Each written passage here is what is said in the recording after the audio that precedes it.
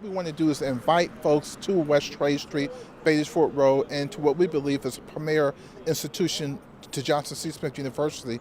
So we saw that the art project can be a compelling reason for folks all over the city to come to West Trade Street to see what was happening on West Trade Street, and that it would be a fitting project to do. Because I have a very slow aesthetic, which is the only aesthetic that's possible in a high traffic environment, because I cannot use strobe lights or anything because it would cause obvious, traffic mayhem. And so I can just combine this very slow aesthetic on a very large scale on this bridge.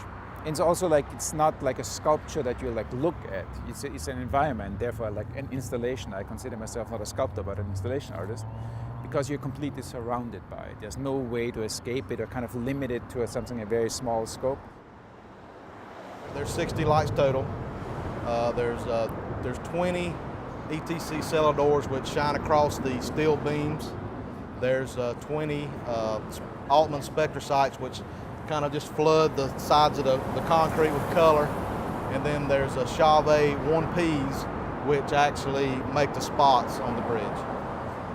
Each side of the bridge has about 4 20-amp circuits on it, and it's controlled by a DMX protocol, which is it's a protocol that's been around for years and years and years.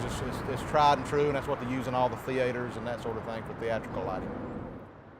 Driving, you always should focus on traffic, number one. So you should not, you should not watch too much of the pedestrian traffic. You should not watch the environment without, your cone of vision. Basically, you should not move too much. Of course, at the same time, on the periphery, you also have to know what's going on, because what if there's, some truck coming from the left suddenly?